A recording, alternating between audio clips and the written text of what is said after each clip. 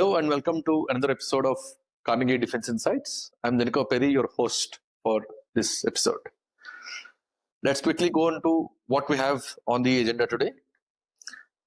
We'll look at the aspects listed here. Firstly, the Indo-US Defense Framework, the 10-year framework that was signed end of October. Then the military exercises. There are a series of military exercises going on that were held actually in the last 2 weeks. So we'll look at them and also what it means, what was done. And then the new Indian Air Forces, new airfield at NIOMA that was inaugurated a few days back at 13,700 kilometers altitude and very close to the line of actual control with China.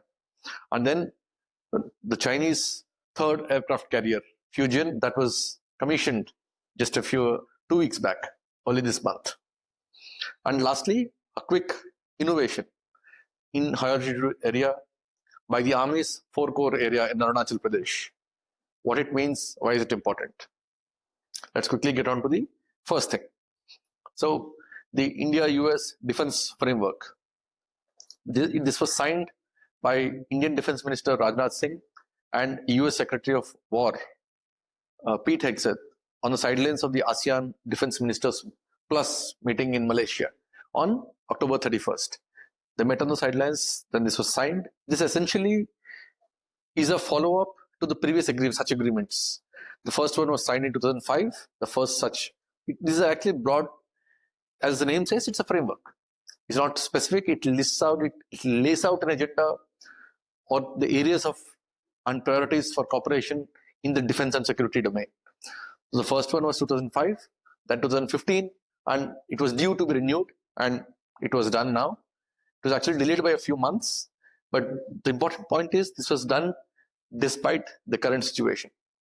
And to make a point here, despite what was happening, the turbulence in the relationship since May over trade and then US President Trump's remarks over Russian oil, US pressure on India to reduce its oil from Russia, etc. And the other overarching issues.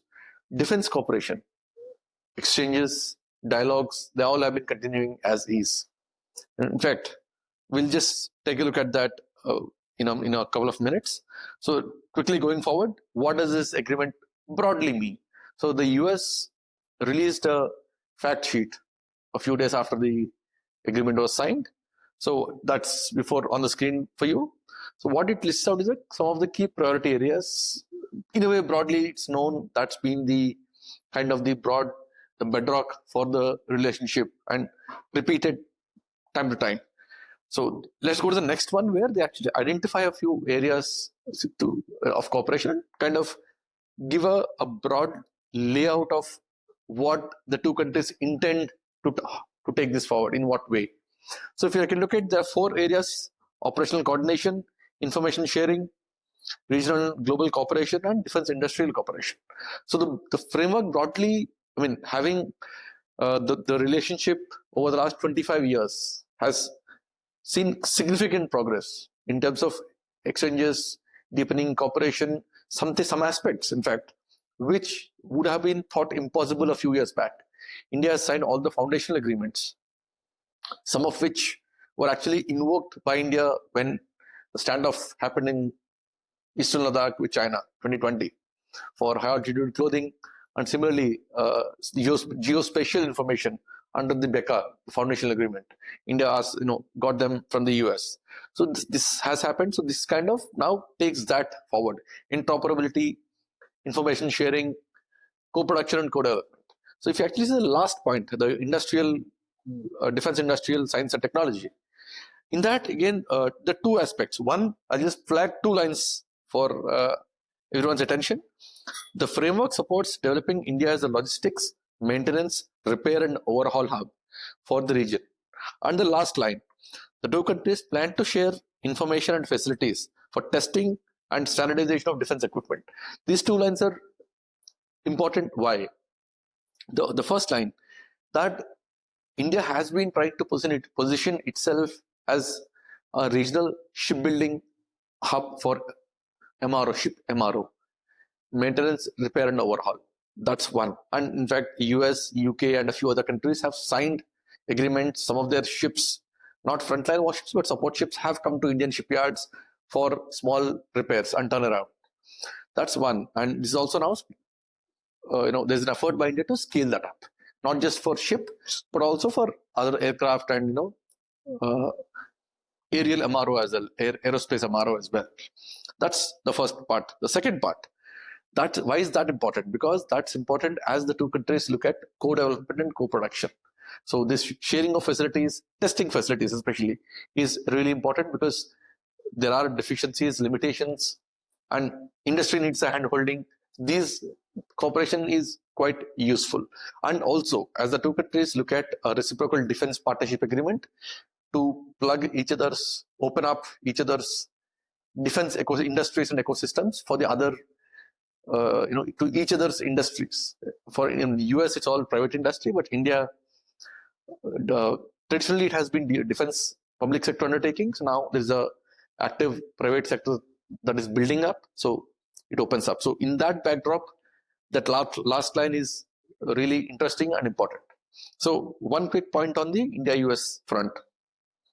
As I mentioned, defense cooperation has been continuing as is.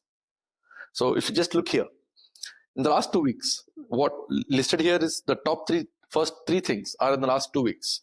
Indian Navy Chief Admiral Dinesh Tripathi was in the US on an official visit, and at the same time, the quadrilateral annual Malabar exercise was happening, hosted by the US, this time at Guam in the Pacific. Of course, this year, the number of assets deployed, say for example, even by India or other countries, is much lesser than normal. But the fact is, the exercise happened as is, though the Quad Summit has not happened. And then a US Air Force B-1 strategic bomber was in India. In fact, pictures of that parked in Bengaluru airport were viral on social media. It was here for an exercise with Indian Air Force over November 10th and 13th. So these are all happening simultaneously in different geographies. That said, end of October, in Indian Navy, P-8I long-range maritime patrol aircraft was at Dinakar Peri for anti-submarine warfare exercise with the US Navy's P-8A, where they exercised near Dinakar Peri and in the Indian Ocean region. And similarly, first week of September, exercise Yuddhabhyas happened, which is the bilateral army exercise between India and US. That was held, this time hosted by the US in Alaska. So these visits are continuing as is, and hopefully with the recent statements by President Trump that India has significantly reduced its Russian oil purchases, hopefully things will turn around and normalize. On that note, let's move to the next one. Military exercises. So again, in the last 2 weeks, Indian Armed Forces, the three services, carried out a major tri-service exercise called Exercise Trishul. This was spread across the Western Front, Rajasthan, Gujarat, and on the maritime front in the Arabian Sea. So including, as I said, all three services, and also the Indian Coast Guard, Border Security Force, and other agencies that are involved were also kind of part of that. And the Exercise Trishul was the overarching exercise.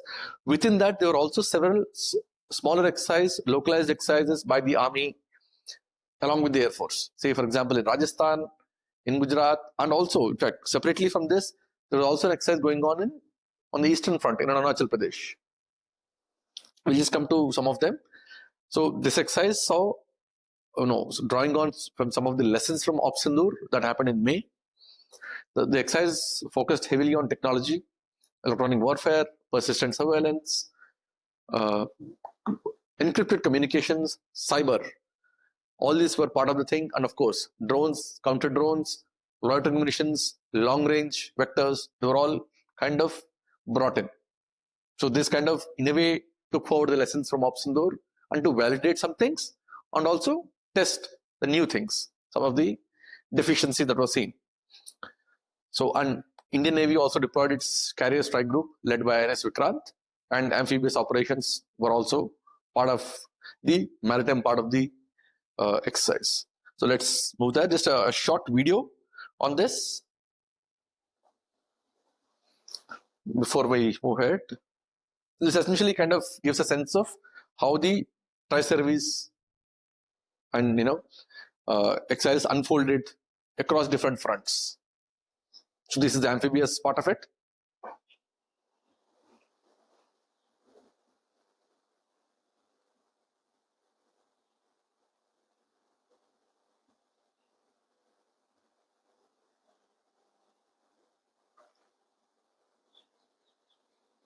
So now let's move to the next part of this thing. So as I mentioned, while exercise Trishul was the overarching one, there were also several other exercises.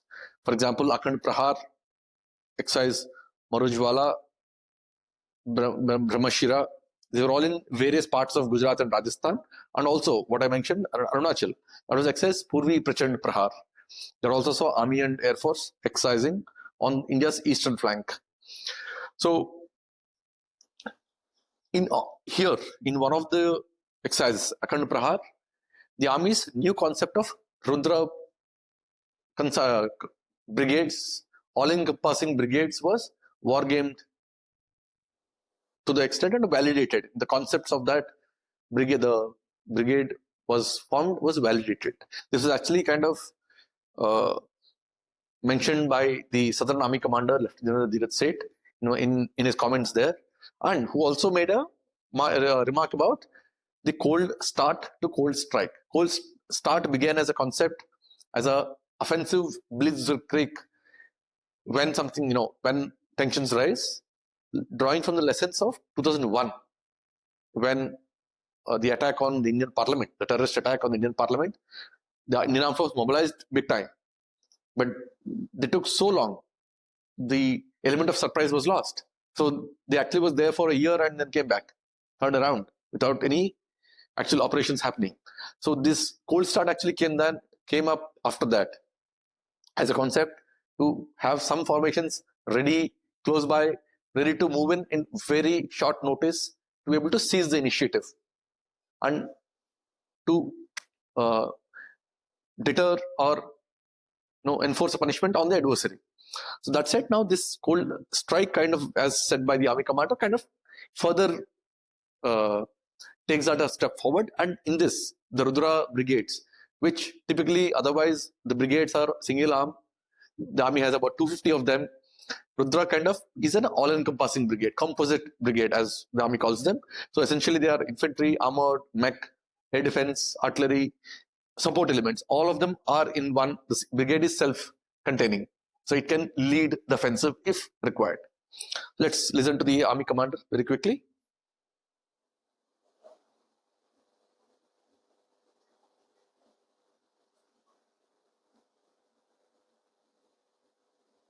और मैं यहाँ पर एक चीज बोलना चाहूंगा, ये जो रुद्र ब्रिगेड है, इसको infantry, armoured, mechanised infantry, artillery, air defence artillery, engineer, इन सब के इमदादी दस्तों को एक साथ मिलाकर अंजाम देने के लिए तैयार किया गया है। और जैसे कि आप लोग सब वाकिफ हैं, रुद्र का मतलब। So that's where it is. Let's go to the third aspect of it now. NIOMA, the newest airfield or Air Force station of the Indian Air Force, right up in the Himalayas and in eastern Ladakh. So why is it important? The Air Force already has Leh, Thois and Kargil in that area. So why is NIOMA important? Because it's right on the LAC. It gives better maneuvering space for the Air Force if required. Because the other ones, as officials said, are a little in the interior, and this kind of gives more maneuvering space. That's one. Two, it's kind of also strategic messaging for the Indian military and Indian Air Force, being 30 kilometers from the line of actual control, and it's also closer to the friction areas of the 2020 standoff. Pengongso, North Bank, South Bank, and Gogra Hot Springs area, or the Galwan, where the violent clash happened in June 2020. So it's actually quite close there, and it gives the ability for quick insertion of troops, equipment, and also fighter operations if need be. Previously, it was an ALG. So the Air Force Chief himself was present for the formal inauguration of the base, commissioning of the base on November 12th. You can see it on the plaque on the picture there. So this was actually executed by the Border Roads Organization, which is the designated agency for such border infrastructure, military infrastructure on the border. And the decision actually to do this was actually taken up as a result of the 2020 standoff. So the runway was extended to accommodate fighter operations, black-topped, and now it's ready for operations. So but one other outcome, apart from the leverage that it gives, was also because China has upgraded all its major air bases, and in fact deployed greater firepower or aircraft along the LAC in the Tibet sector. Not just for fourth generation, but also fifth generation J-35s were deployed by China now. They are actually in the Tibet sector, facing India on the other side. So in a way, this kind of is an effort to balance the scales. And one quick bit of history here. You see the map, that just gives a sense of where choice is. NIOMA is with respect to the lay of the land. And the left corner image, top left image, is from 1962. So the first fixed wing landing, or two landings in this sector, in the Thois, the unpaved airfield there that was there in the past, happened in 1962. And in 2015, the image down, that's a light combat helicopter, indigenous helicopter. During trials, one of the high altitude trials, it landed there because NIOMA is at 13,700 feet. So that's high altitude, almost as per the Indian Army's classification, super high altitude, near there. So this is one of the testing that happened in 2015. And this was actually brought out by, the facts were as noted by aerospace expert Anchit Gupta. So I'll move to the third aspect now, China's third carrier. So we did discuss this in one of our previous episodes, the massive pace of Chinese shipbuilding and construction. China has actually is today the world's largest navy in numbers, about 395 ships as on today, and expected to touch 435 by 2030.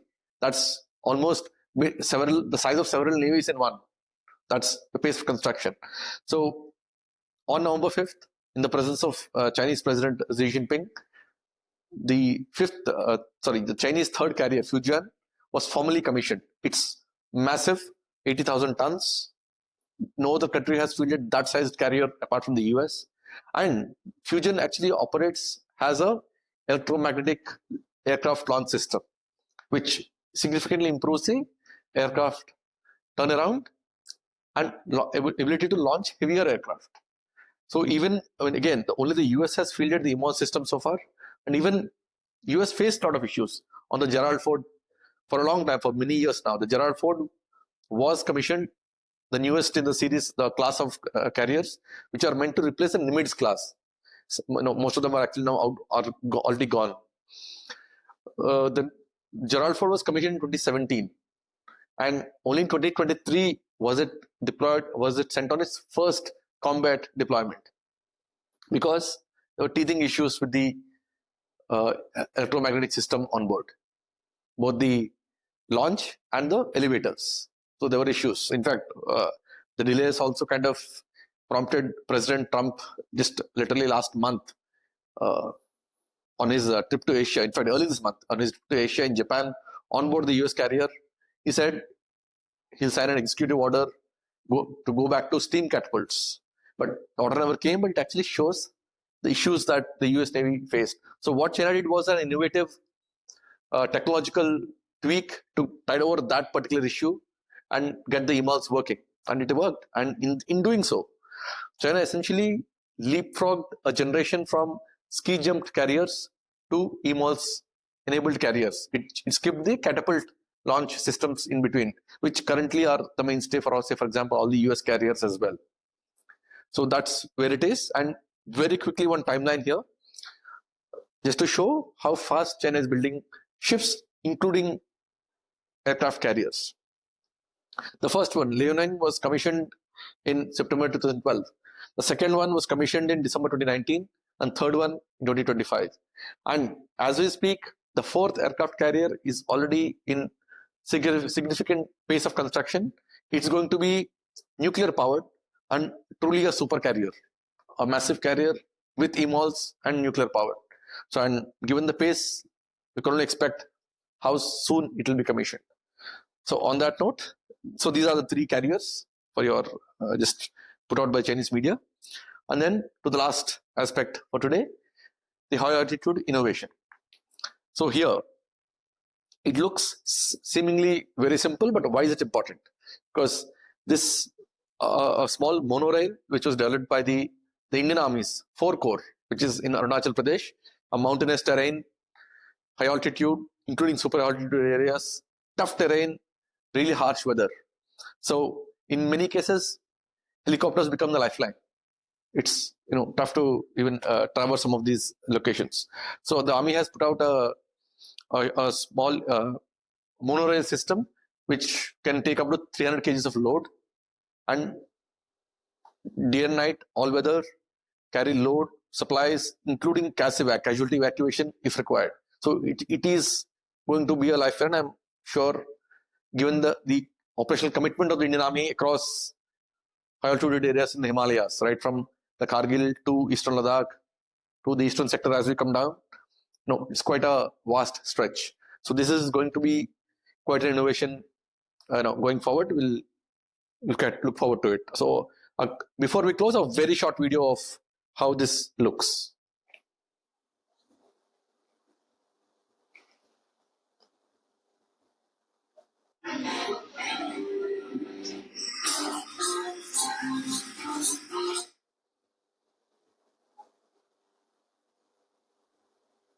So that's how it looks. That's how it looks. Quite simple, but in a way risky as well, given those altitude, terrain, temperature.